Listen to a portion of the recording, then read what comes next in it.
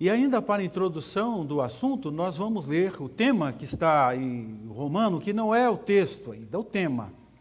Em Romanos 8:34, quando Paulo diz assim: em todas as coisas somos mais do que vencedores por meio daquele que nos amou. Romanos 8:37. O que é que Paulo nos ensina com isso? Paulo nos ensina que não existe limites para Deus nos dar vitórias. Ele não diz em algumas coisas ou em poucas coisas. Ele diz em todas as coisas. Eu não sei quais são os tipos de vitórias que nós estamos buscando, não importa o seu tipo de vitória. Em todas as coisas, nós somos mais do que vencedores. Por que mais do que vencedores? Porque a vitória que nós temos assegurada é uma vitória além deste mundo. Todos poderão ter vitórias nesse mundo. Mas a nossa grande e maior vitória está no porvir, na glória. Por isso é que nós somos mais do que vencedores.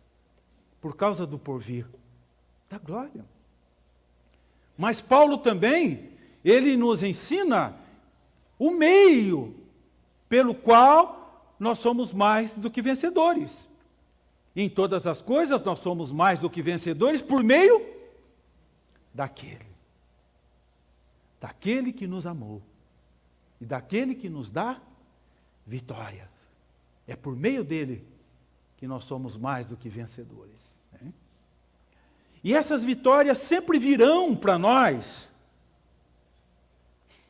no spa, na alegria apenas. Essas vitórias virão para nós nas lutas, nas provações, nas tribulações.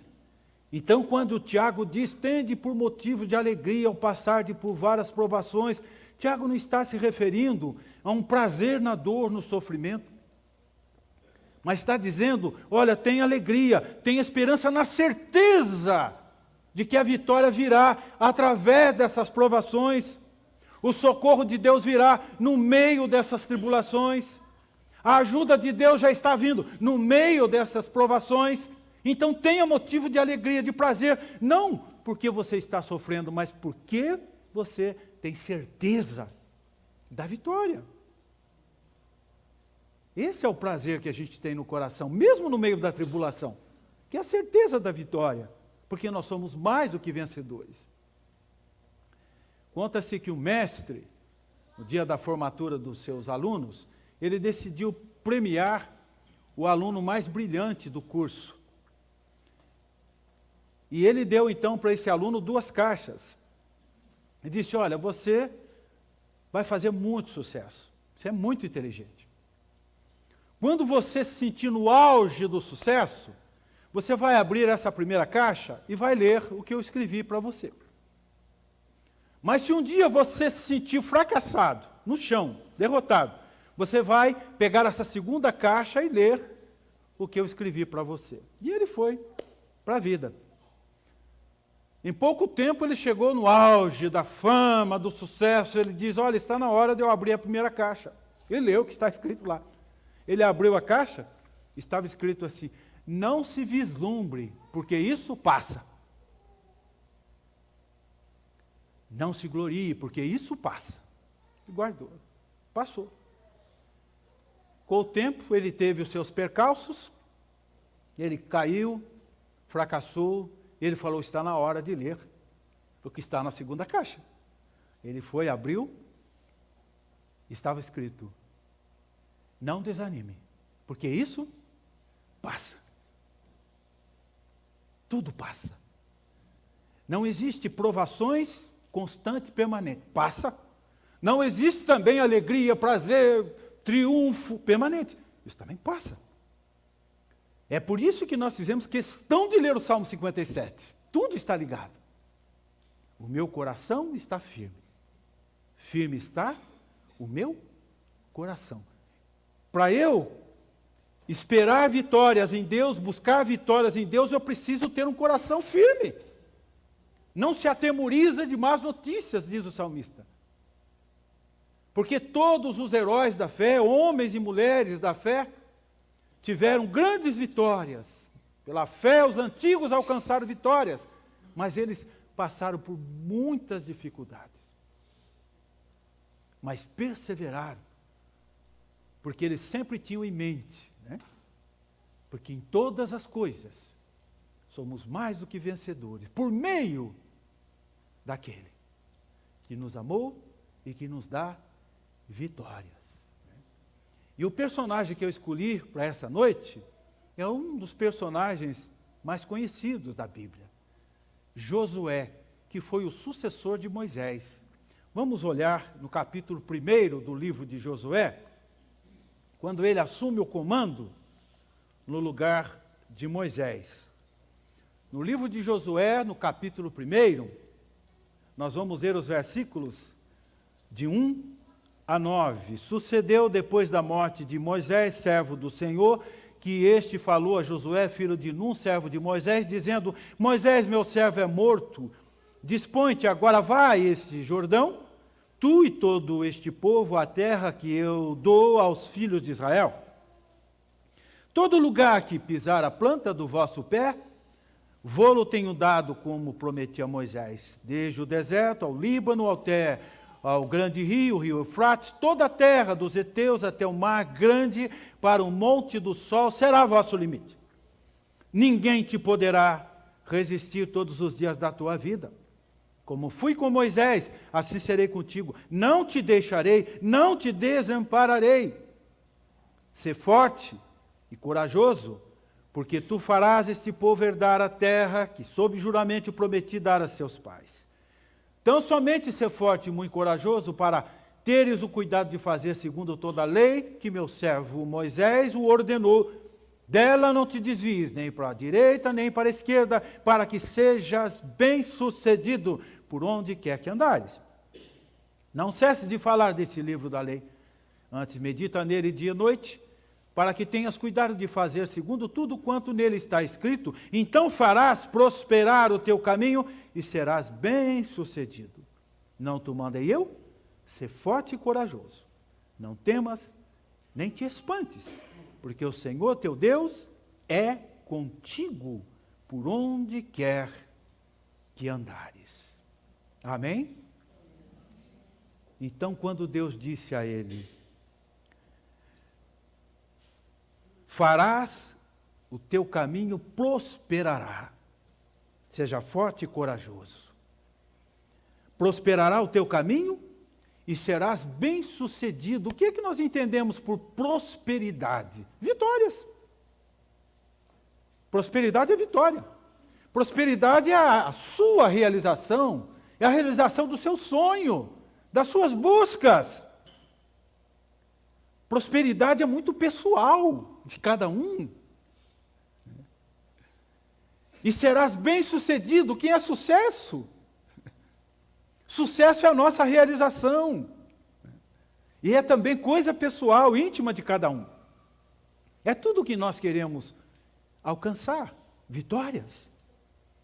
E quando Deus percebeu um certo temor, uma certa timidez no coração de Josué, Deus o encorajou com estas palavras: Josué, seja forte, seja corajoso.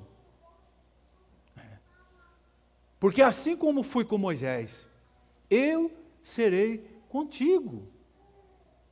Porque em todas as coisas você vai ser vencedor, Josué. Mas como? Por meio daquele que te amou e que vai te dar vitórias. Seja forte e corajoso. E eu gostaria de usar nessa palavra introdutória a experiência de Josué, do início da sua carreira, da sua jornada, para citar aqui os 4 pontos cardeais que nos levam à vitória.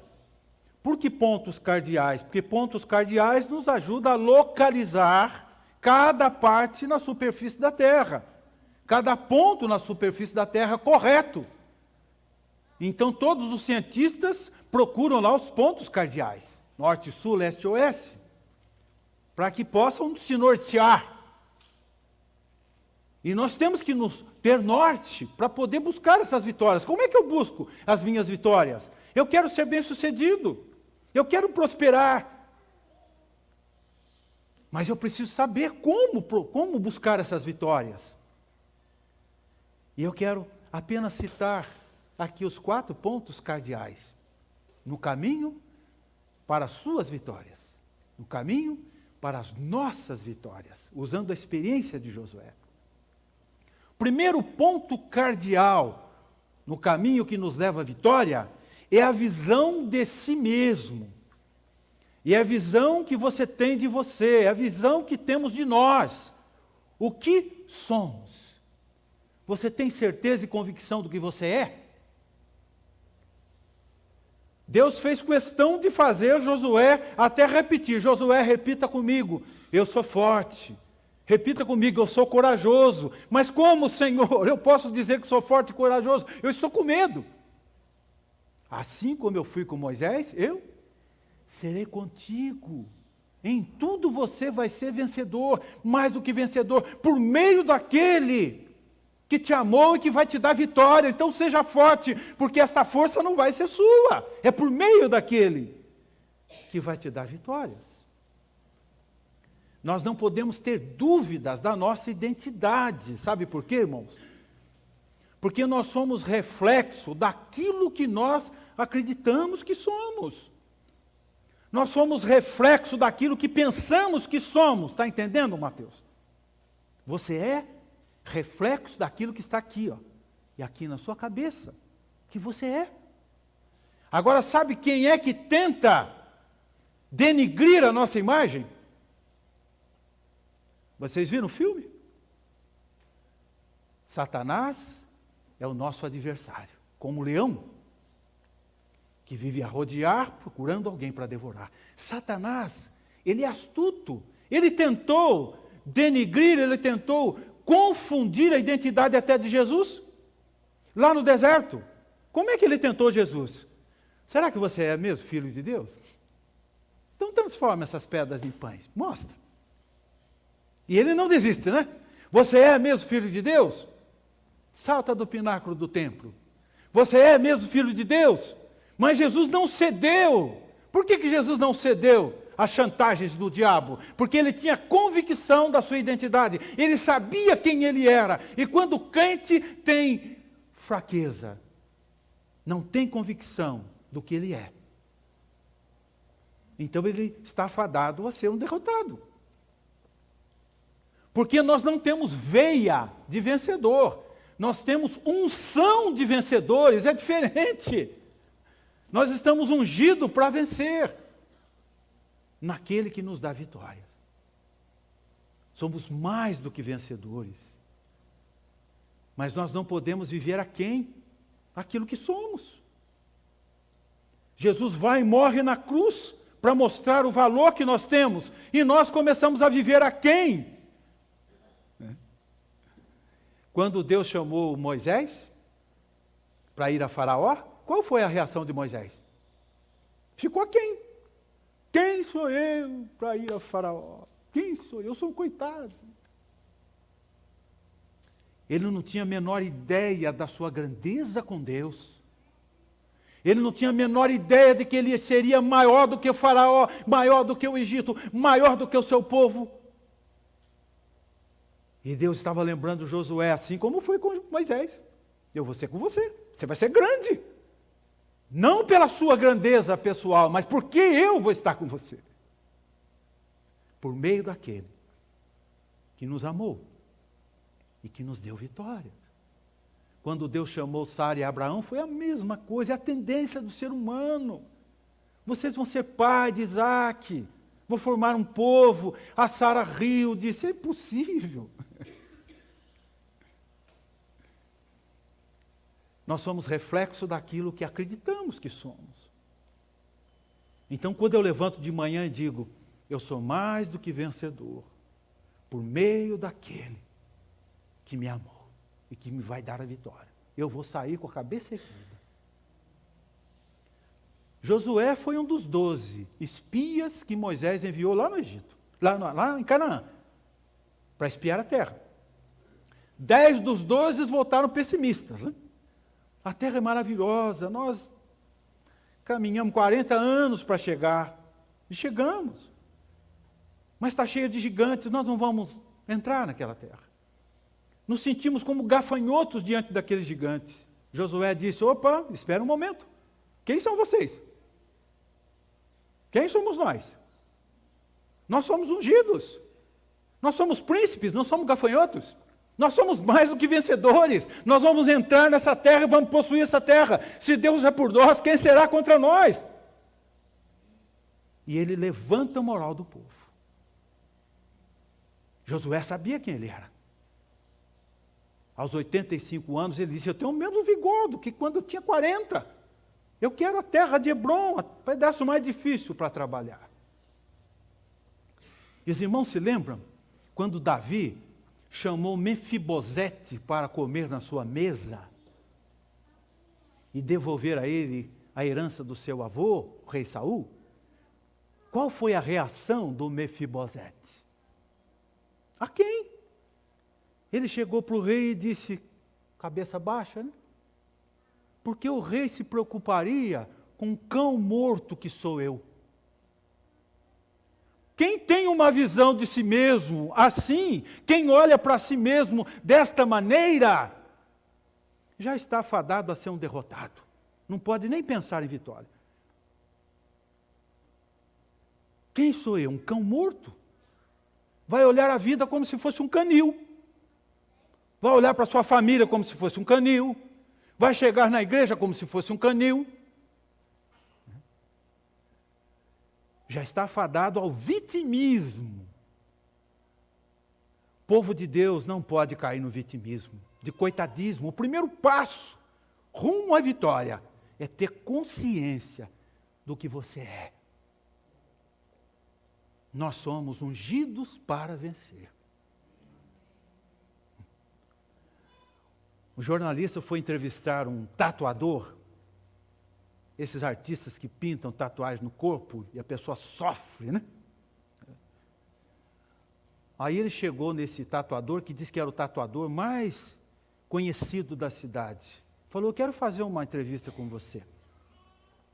Eu queria que você me dissesse qual foi a tatuagem mais diferente que você já fez, de todas. Ele pensou, disse, olha, já fiz muitas tatuagens. Mas eu vou pensar aqui. Pensou. Lembrei de uma tatuagem que para mim foi a mais diferente de todas que eu já fiz. Qual foi a tatuagem?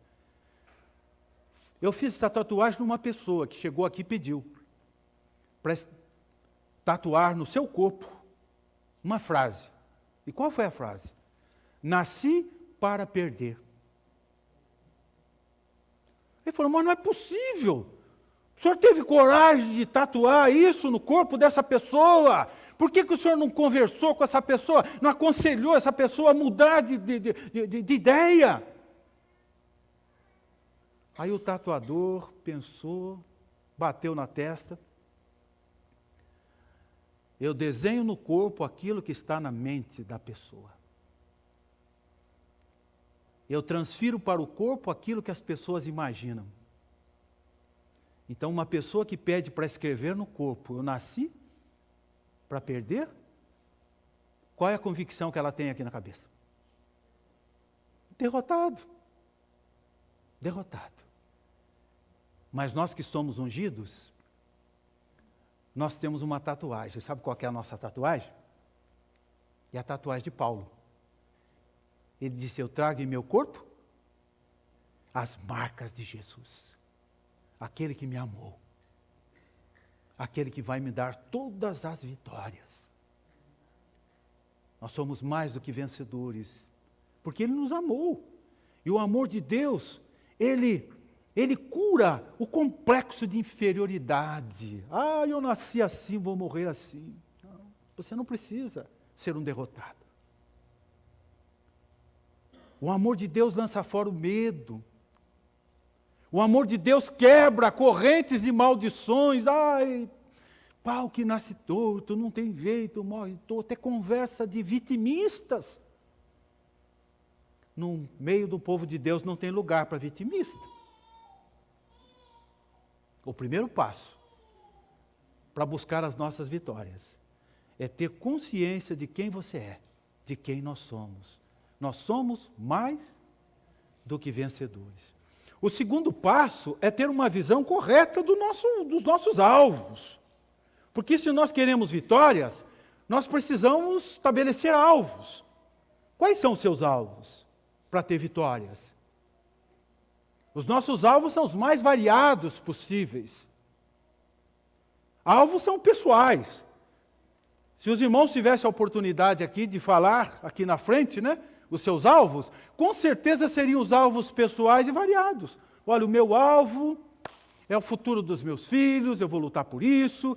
O meu alvo é comprar uma casa, o meu alvo é fazer uma viagem, o meu alvo é estudar, é ter isso, é ter aquilo. Todos nós temos nossos alvos. Primeiro nós temos que estabelecer alvos, para depois correr e lutar por esses alvos.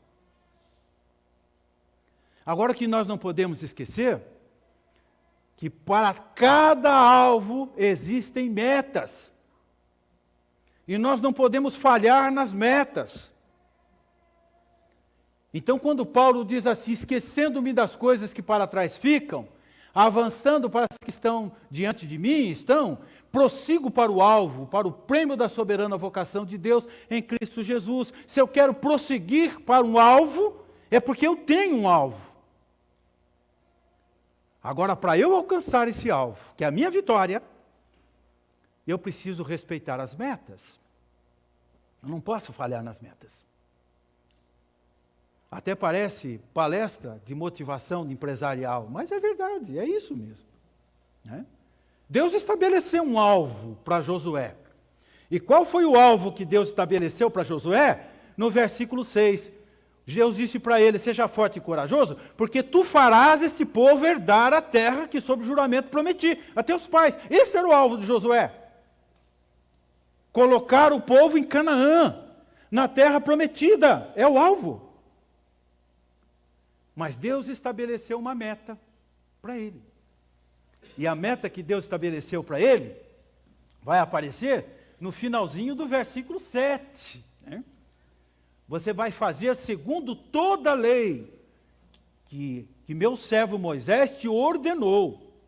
Dela não te desvie, nem para a direita e nem para a esquerda, para você ser bem-sucedido.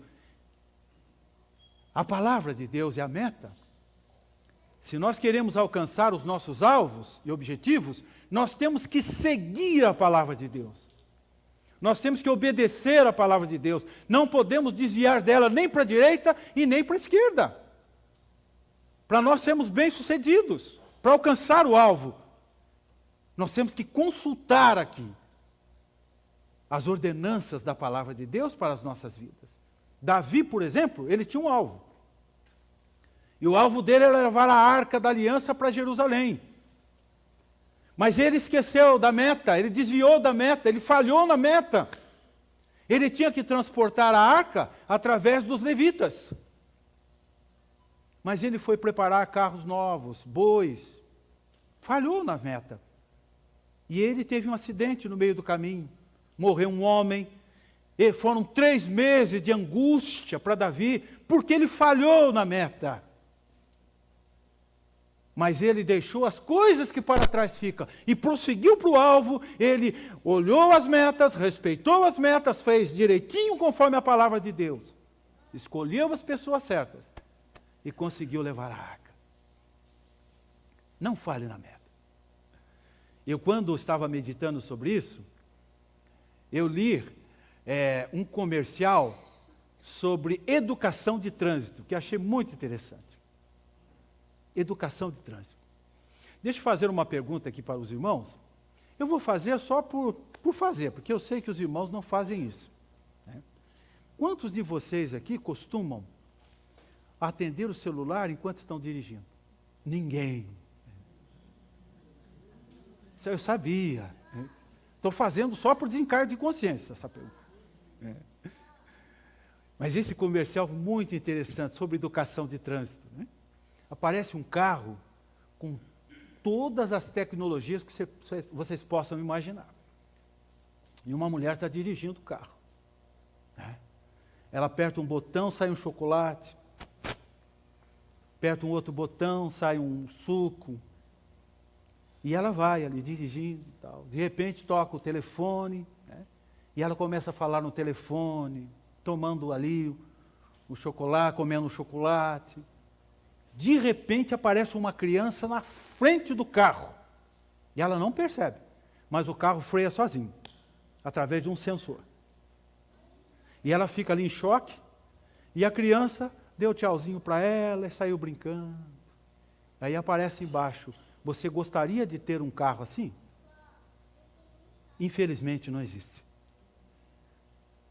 Tem que estar atento. Mas eu quero dizer uma coisa para os irmãos. Eu queria ter um carro assim, no dia 12 de maio, no Dia das Mães. Se eu tivesse um carro desse, não teria tido a dor de cabeça que eu tive. Nós dirigimos a escola dominical, domingo, Dia das Mães. Cada um foi para sua casa, eu fui para casa, pegamos o carro, nós fomos para o almoço, Dia das Mães. Domingo, calma. No São Dimas, eu conversando um pouco com a Gisele, olha, foi numa fração de segundos, eu não percebi a preferencial. Vinha um Corolla preto, até hoje eu tenho o vulto desse carro na minha cabeça.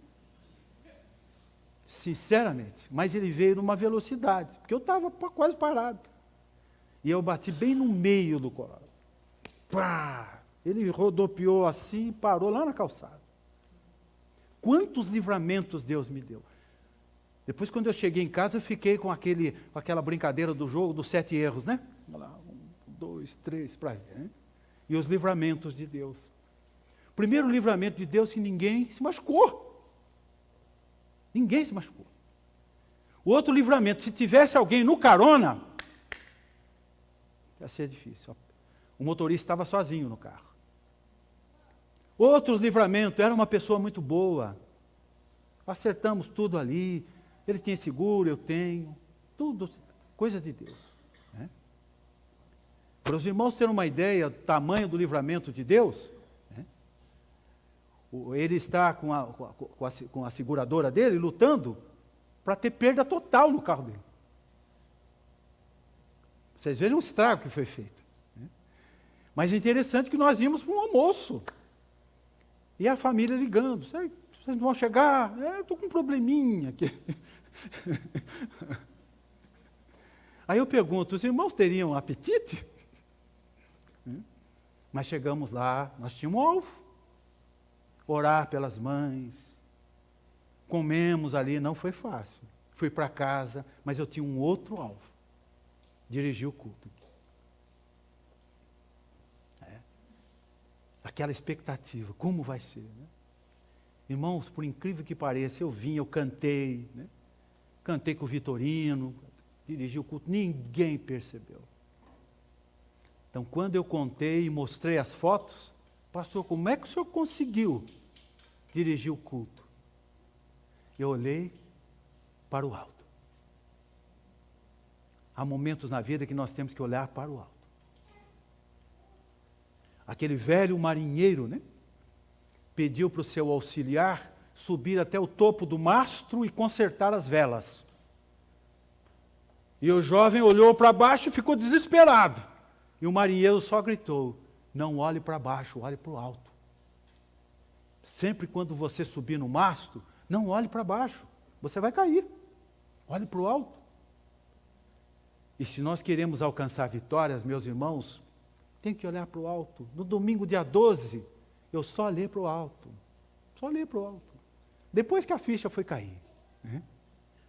Depois que dá trabalho, andar atrás de seguro, fazer BO. Né? Olha para o alto. A visão do alvo. Não perca a visão do alvo. Terceiro ponto cardeal que nos leva à vitória é a visão de Deus. Nos momentos de tempestades. Deus assegurou a sua presença na vida de Josué, dizendo: ninguém te poderá resistir todos os dias da tua vida, porque assim como fui com Moisés, eu serei contigo, não te deixarei e não te desampararei. Versículo 5. Esta é a certeza que nos dá vitória, que não estamos só no meio das tempestades. Eu estava na cidade de Pouso Alegre no dia que o Ayrton Senna morreu. Isso foi dia 1º de maio de 1994. Por que eu lembro disso? Né? Porque nós estávamos lá abrindo uma frente de trabalho, de igreja cristã evangélica, pela região do Vale, e nós fomos almoçar na casa de um presbítero. E na hora do almoço, deu a notícia lá, o Ayrton Senna morreu, 1º de maio de 94. E foi uma comoção nacional, porque ele era um grande herói, né? Nacional. Né? Quem é que não lembra da música do Ayrton Senna quando pega a rodovia ali, Ayrton Senna? Né? Pam, pam, pam, pam, pam, lembra na hora. Ele era um herói.